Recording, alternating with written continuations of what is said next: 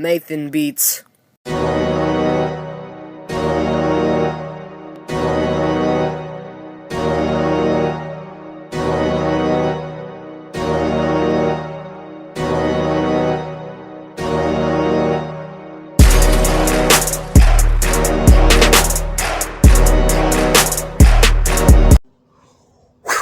What's up, guys? This your boy Miss I240. I'm back with another video, and no, it's not Promised Careers, but it's a banger. It's my boy Ahmed Johnson, and this is titled "The Rise and Fall of Ahmed Johnson." But before we get into it, I gotta thank the man for another day, Lord Jesus Christ, Yahweh, whatever y'all want to call him, cause y'all know how this go. If it weren't for him, won't be no me, won't be no Paige, won't be no y'all. You know what I'm saying? I thank y'all for showing love to the last junk, the Kane junk. That was a good banger. Go check that out. Also, if you're new to the page, comment, subscribe, hit that notification button, and y'all was gonna know what this junk gonna drop. You know what I'm saying? But we almost on our way to 700, which would be the Dunks the Clown junk. So that way I just really perform Promising Careers, because I ain't gonna be writing and then I hit the 700 subscribers, then I gotta record that. So I just placed this instead of that. So once we get this episode out the way and hopefully the Dunk out the way, the Promising Careers junk is gonna come out. We're gonna have some banging topics from Renee Dupree. I think Swerve on the list, and I think a whole bunch of stuff on the list. I think y'all saw the last episode, go check that out. You know what I'm saying? But hey, I love y'all. I appreciate y'all. Like I said, thank him, man above, because times is getting hard. The war's finna start. You know what I'm saying? Where should they basically mandatory making 18, 26-year-olds demanding to be signed up to be drafted. So times is hard. The world is ending. It's only time no matter when. So I just want to give y'all the best content. Even though I give y'all this content, I still keep my mind on stuff, on worldly stuff. You know what I'm saying? Because the Bible is real. I don't care what none of y'all say. There's only one God. That's all I know. So it's real. It's going down. You know what I'm saying? We might wake up one day, ain't no mic. We're going to wake up one day, ain't no electricity, ain't no power, ain't no nothing. You know what I'm saying? Ain't going to be no YouTube. So not even just y'all, but just me. Gotta get right with the Holy One, the Holy Spirit, because we're gonna need them to get through these critical times. And it's gonna get harder, you know what I'm saying? Especially with the chip already here and Trump stuff going on. He might be whatever he is. There's a lot of stuff going on. But with that being said, hey, let's get into it. Ahmed Johnson, well, his real name is Anthony Norris. We're gonna get to the early career part. Norris trained as a professional wrestler under Senador Akbar, Scotty Casey, and Ivan Pussy. After making his debut in 1989, he competed on the independent circuit for the next few years, before debuting in Global Wrestling Federation in 1993 as Madaba, I guess that was his name. Then in 1995, he worked for NWA Dallas Fuel with John Hawk for the NWA Heavyweight Championship, and he also toured New Japan Wrestling. So what I got from the NWA, he faced Aries Mike David and JBL, who's known as another name. But let's get to the World Federation era, when it really popped off. Alright, so Ahmed Johnson made his first appearance in July 15th, wrestling on a house show in Houston, Texas, competing as Tony Norris, as he defeated Rico Suave. After being signed and given the ring name Ahmed Johnson, he made his pre-television debut at In Your House 3 on September 24th, 1995 in Saginaw, Michigan, wrestling as a face. He beat Skip, which was Tom Pritchard, if I'm not mistaken. Tom Pritchard or Chris Candido. I think one of them, I forget which one was Skip. Yeah, put them in the comments. I'll probably look it up after I get through. So he beat Skip in a non-televised TV match. His televised debut came on October 23rd, 1993 on an episode of Raw. Prior to his first televised match, he appeared at the end of Raw taping by entering a post-match brawl and slamming Yokozuna. My face scared me out. He made his pay-per-view debut at Survivor Series as the team of Team Razor. As a team of Team Razor, he teamed up with Razor Ramon, Yokozuna on Team Razor. Yokozuna, Owen Hart, and Dean Douglas took on the team of Johnson, Shawn Michaels, Sid, and British Bulldog. Oh, so Team Razor Ramon was Yoko. It was Razor Ramon, Yokozuna, Owen Hart, and Dean Douglas versus Shawn Michaels, Sid, British Bulldog, and Ahmed Johnson. But in the end, Johnson, Michaels, and Bulldog won the match as the survivors of the team. With Johnson eliminating both Owen Hart and Yokozuna at season B, December 17th. Johnson defeated Buddy Landell, who replaced Dean Douglas in only 42 seconds. God damn. Alright, cool. After the match, Ahmed Johnson was interviewed by Jerry Lawler, which time Lawler distracted him in order for Jeff Jarrett to attack him, starting a feud between the two in process. At the 1996 Royal Rumble, Ahmed Johnson defeated Jeff Jarrett by disqualification after Jarrett struck him with the guitar, causing Ahmed Johnson to have a concussion. But at WrestleMania 12, Camp Cornette, Vader, Owen Hart, and the British Bulldog took on the team of Yokozuna, Ahmed Johnson, and Jake Roberts. Camp Cornette won when Vader pinned Roberts with the Vader Bomb. But at Good Friends and Bitter Enemies on April 28th, Roberts and Johnson teamed up versus Owen Hart and British Bulldog. While Jim Cornette distracted the referee, British Bulldog hit him in the knee with Jim Cornette tennis racket. He then forced Jake Roberts to submit with a single leg Boston Crabs. After the match, Roberts and Johnson attempted to pull Jake Roberts' python out. Revelations on Cornette, but Owen Hart pulled Cornette out of the ring, and Johnson, he pulled Owen Hart out of the ring.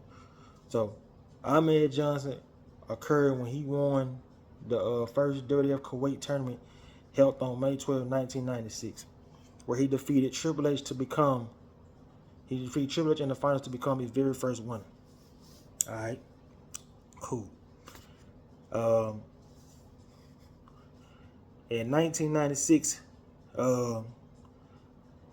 King of the Ring, Ahmed Johnson defeated Goldust as the first African American Intercontinental Champion. Most assumed only in a matter of time before he climbed to the main event status. He was so paired on screen with Shawn Michaels in several tag team matches, often helped Michaels against Jim Cornette and his man known as Camp Cornette at International Incident along with Sid Vicious. Cause this one, I think at that time it was supposed to be Warrior, Sid, and Shawn Michaels versus Vader, Owen Hart, and the British Bulldog, but mysteriously, I guess Ultimate Warrior had disappeared or something, or he left again. I don't know. So they put Ahmed Johnson with him. No. It would be Warrior, Sid. No, it would be Warrior, Ahmed Johnson, Shawn Michaels. So, my bad. Sid replaced Ultimate Warrior. I'm sorry. And versus them. And his man known as Camp Cornette. But the team did lose to Vader and Owen Hart in the British Bulldog. So at this time, around 96, I think when he was doing the Goldust feud, Ahmed Johnson went down with that sassy stuff, that zesty stuff. Cause y'all remember he was on the Gurner, Goldust kissed the man. And I think if you remember in the promo, man, that man got up ready to fire on that man, real talk. And if you wonder why I got my pen, I'm crossing out key facts. Hell yeah. So he kissed the man, obsessed with the man. Wasn't nobody down with that stuff, dog. I don't even think Dustin Rhodes like playing it. Cause you remember he tried that little fruity stuff with Undertaker. Undertaker wasn't going. He wasn't having it. Hell no, that ain't it. I'm just saying. Damn. So it's like you gotta think about it. Ahmed Johnson want to whoop your ass for real. Cause he feel like it went too damn far. You laying on Undertaker grinding, kissing on the man. He want to whoop your ass, but you just doing your job. I was just trying to tell you, man, that price of fame costs too much, man. Like, you gotta do some stupid stuff. You gotta do some stupid stuff to make ends meet. You know what I'm saying? Then on top of that, it's like, damn. You thinking to yourself like,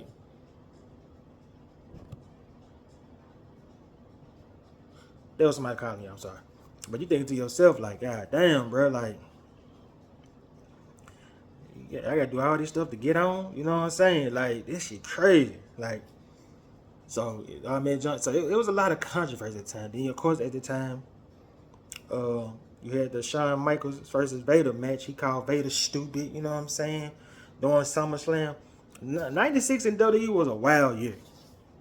Matter yet, I feel like, well, I ain't gonna say, yeah, 1996 in wrestling was a wild year. If it wasn't for the NWO saving wrestling, wrestling been down here. Because 95, 96, wrestling was slick trash. I'm sorry. So when NWO came with that gimmick, real street stuff, they kind of would save wrestling.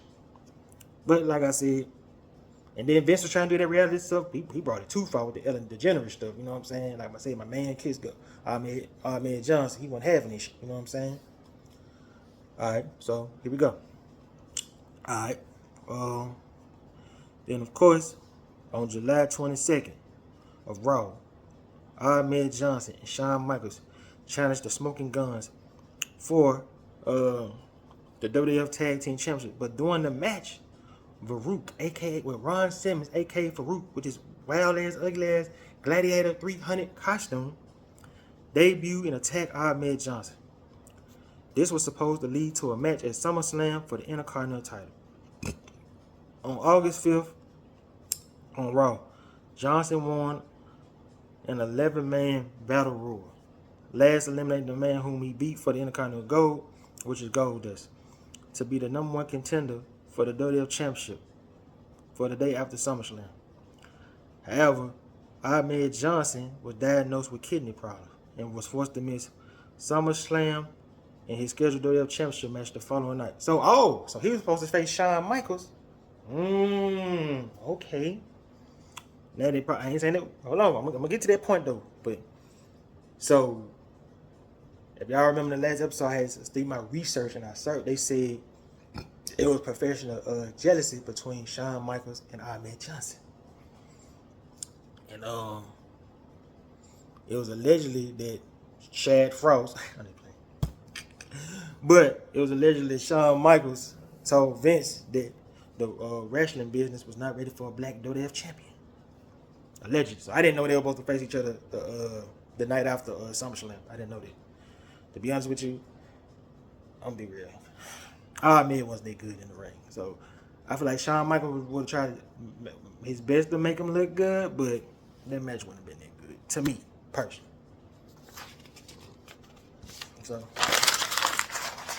So as a result, he was out for 4 months in order to keep the angle going. The attack by Farouk was said to be the cause of kidney damage. The news made public on WWF programming by incorporating into the 11-man battle royal, which Johnson won. Voice-over commentary was added, so Johnson participating in the battle royal was said to be against doctor's order, when in reality his kidney problems had yet to be discovered at the time of the taping. The injury forced him to vacate the Intercontinental Championship, which was won by Mark Merrow. Then, of course, Johnson had returned. This was 1996-1998. The feud with the Nation of Domination. Johnson had returned later in 1996 to enter a feud with Farouk, who by then had a new gimmick and formed his own stable, the Nation of Domination. The Nation of Domination was like the wrestling Black Panther, Harry P. Newton, Fred Hampton, and them. You know, he was talking about how the man is and how they trying to hold him back and steal his shine. We had the original, I think, with D-Lo, PG-13, Crush, Savio Vega, and a bunch of black brothers around him. And my boy, the lawyer dude, Clarence, whatever name. Y'all put him in the comments. Y'all know what I'm talking about. So, finally, the two had an encounter at the Royal Rumble, where Johnson won by disqualification. That's when that man threw Farouk hard as hell on the table when he did the Pearl River plunge and threw Farouk black ass hard as hell. Pow, mind you, threw my boy. You know what I'm saying? So, finally, So 2 days later, Johnson and The Undertaker had defeated Farouk and the Nation in a no-holds-barred match at the Triple Threat event. But he began teaming up with Legion of Doom, Hawk, and Animal, and the three fought the entire Nation at WrestleMania 13 in Chicago Street Fight at a cold day in hell. Well, at Chicago Street Fight. trying to remember. I don't know. I think the World Warriors had accused of Ahmed Johnson stealing their shoulder pads or something. I forgot they had heat. Both of them had heat with Ahmed Johnson. So I think I gotta look it up and put it in here. But I think he had allegedly stole their little shoulder pads too at that time. But back to the story. So at a cold day in hell, he defeated Crush and Savio Vega in a gauntlet match before losing to Farouk. And then, of course, in June 1997, he had turned on WWF champion and joined the Nation of Domination, the New Nation, which featured Kama Mustafa. Because that when Farouk had fired everybody from the Nation, because he was looking for new leadership and he wanted to change. D'Lo Brown and Farouk. Johnson was injured soon after this. He was scheduled to face Undertaker at Canadian Stampede for the WWF title, but was plagued by injuries and replaced by Vader. I thought he was to face Undertaker at King of the Ring, to be honest with you. So I think this one Vince wanted he for had Undertaker drop the belt to Ahmed Johnson. And I think around that time, because Vince really believed in Ahmed Johnson, he wanted to put him over, you know what I'm saying? He wanted to give him that big break and that shine, because, you know what I'm saying, there was this new muscle dude, African dude. So he wanted him to be the face of the company, but Ahmed's career, as we all know, for the first 95 nights, he got plagued by injuries, from the kidney injuries, leg injuries. He just was injury prone. So I think this one Shawn Michaels was talking about Ahmed Johnson wasn't ready to be the world. No, D'Lo said Ahmed was having doubts that he was ready for the WWE. D'Lo said Ahmed was having doubts that he was ready for the WWF Championship. So at that time, I'm gonna be real with you. If Ahmed would have won that belt, wrong move. Cause my boy sucked on the mic. Like, he was terrible on promos. Like, he be loud as hell, angry. I mean, I get you loud and angry, but damn, dog, you just mumbling words and whoop your ass, all that trash. No, that ain't it. Like, you got one here, trash. Here, trash. Here, double trash. And here, trash. And of course, you can't forget the Raw's War Gang. It's like, nigga, why is you hollering at me? I hear you. Calm down. Damn. So angry. Why you angry? You forget the push of your life, and you mad at me. And I think at this time too, he had the little promo with Stone Cold. You know what I'm saying? You know, Stone Cold from the word. This ain't a black thing. This a white thing. This I'm whoop your ass thing. So I think at one point after he left WWE, he had accused Stone Cold of being a racist, allegedly. So you gotta think about that too. But the Nation turned on him after he recovered, cause this when The Rock had joined. He returned in they had turned on him in 1997. This is when The Rock joined. You know what I'm saying? Which resulted in Johnson turning face one more time. He restarted his feud with the Nation and will reunite with the Legion of Doom as well, join forces with Ken Shamrock during their feud at the Survivor Series where they defeated the Nation. So Johnson's last appearance in WWE was at the pay-per-view No Way Out in Texas alongside Shamrock and the DOA Chain, Skull, and 8-Ball versus the Nation. So after that, they had let him go. So while still in Texas, Johnson was booked to appear in a segment with the Truth Commission where he was beaten and dragged up the ramp. Unbeknownst to WWF management, Johnson's sister, an avid fan of the WWF, was battling cancer. Johnson knew his sister watched the WWF each week and didn't want her to have the image of her brother being beaten and dragged by the neck while she was gravely ill. Damn, that's fucked up. I feel you, I mean, I don't want my sister to see me like that. So according to Johnson, 15 minutes before he was scheduled for the match, which would end in being an attack, he received the call that his sister was doing real bad. So basically, Ahmed was just gonna be an opener, because the Truth Commissioner was a joke. I mean, Vince believed in the tall Andre the Giant looking ass nigga, but the rest of them, Bubba Kane, all them, Don Callis, ain't believing nothing for like that. So basically, Ahmed was just gonna be an opener. He's gonna be like the oddities at this point. Damn, that's a quick downfall. First you mid-champion, main event push, to you gonna be an opener with the Truth Commission. Damn, Ahmed. Whew, that's tough. But he got a call that his sister was doing real bad, and that he should come immediately to her hospital in Florida. Johnson then met with Vince and told him he had some things to deal with, and immediately left WWF and flew to Florida, where his sister died the following week. Johnson stated subsequently that he did not tell WWE management for the reason of his departure at the time because he didn't like to burden people with his problems, and didn't want to give them an impression that he was telling them something for sympathy. So, in July 2021, Johnson, for the first time, also made claims that racism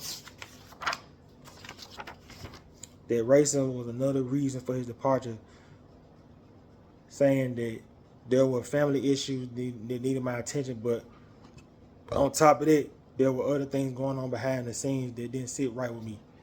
I started noticing a lot of racism going on. It called me not wanting to be there and backed off. So could it be possible that if it was racism because a black guy was getting all that shine and props, was white boys hating? Or was guys threatening? Now, I don't think Shawn Michaels racist. I don't think Stone Cold racist. I just think it's a mixture of everything. You want that good on the mic. You want that good of a wrestler. I mean, you had the physique. You strong, built. But it kind of the in-ring work, hell no, that ain't it. You know what I'm saying? So, but I can see where you're coming from here, because I went there. I don't know. This is my opinion. You know what I'm saying?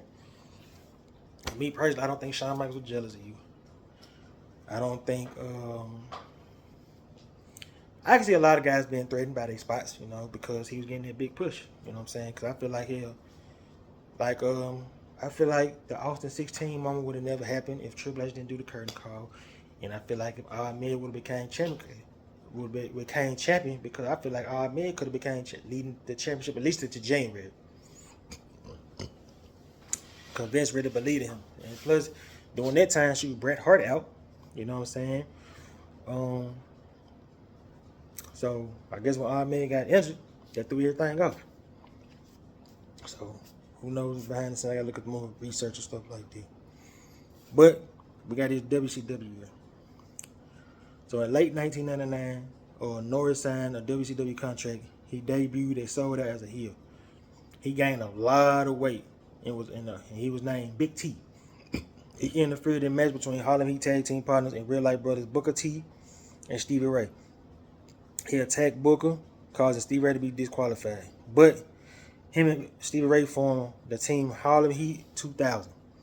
At Super Brawl, he defeated Booker T to earn the right to the Harlem Heat name and the letter T.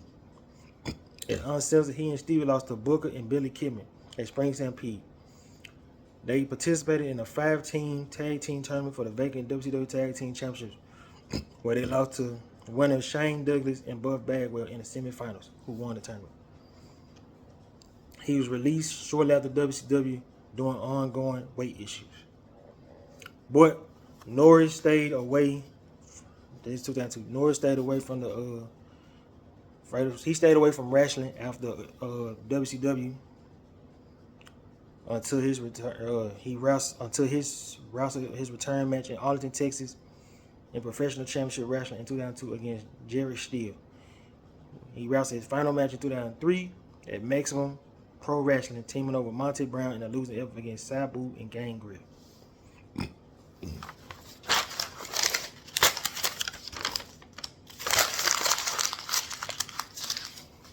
But he did have a few accomplishments in the business.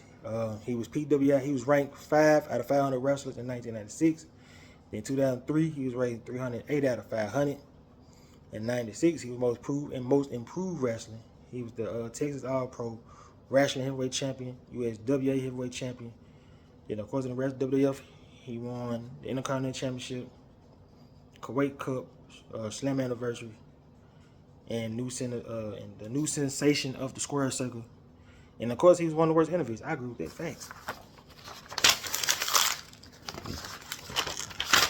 You know what I'm saying? So, but my boy did have a few incidents in WWF where he had heat with Mark Henry, D'Lo Brown, and of course he had heat with Booker. I think when he wrestled Booker in WCW, I think he tried to hurt his brother on purpose. I think him and Steve Ray was gonna get into it. I'm not sure. And Of course, you had the incident with Farouk because I think he had injured Farouk ribs, and then Farouk came back later. You know what I'm saying? He kicked him in the ribs for real and hurt his ass. Then of course Val Venis don't like the guy. Of course, I already mentioned Shawn Michaels. Then, like I said, he was terrible on the mic and he was a terrible. He wasn't that good in the ring at all. Shit, according to some folks, he wasn't even safe to work with. Jim Cornette, a lot of folks saying he wasn't safe to work with. Then, like I said, Vince really believed in him, wanted to put him over the top.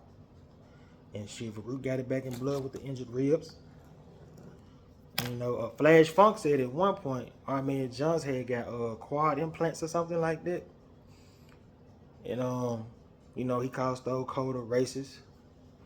And when he lost the Intercontinental Championship, I forgot to put this in there. He had the super wishing him well and stuff like that. Let jokey jokes. We'll see you when you get back. And he wrestled a lot of great guys over his career. He wrestled Triple H, Yokozuna, Stone Cold, Mark Mero, Goldust, British Bulldog. Tino, Shawn Michaels. And I didn't know this till I saw the video the other day. He had threatened Vince McMahon for some. He threatened Vince. And I think at one point that would have led to his release. You know what I'm saying? But with that being said, man, I appreciate y'all for watching this style content. I love y'all. I appreciate y'all. But if we don't make the 700, I got the Kamala. Easy, I'm gonna jump the Kamala John or the Promising Careers. But either way it goes, if I can get through with this Ahmed John's episode, I'll probably record the Kamala John today if I ain't busy with my girlfriend or whatever. But I'll probably record it today. But with that being said, man, I love y'all. I appreciate y'all. I'm out. Comment, subscribe to the page. I love y'all. I'm out. Peace. Nathan Beats.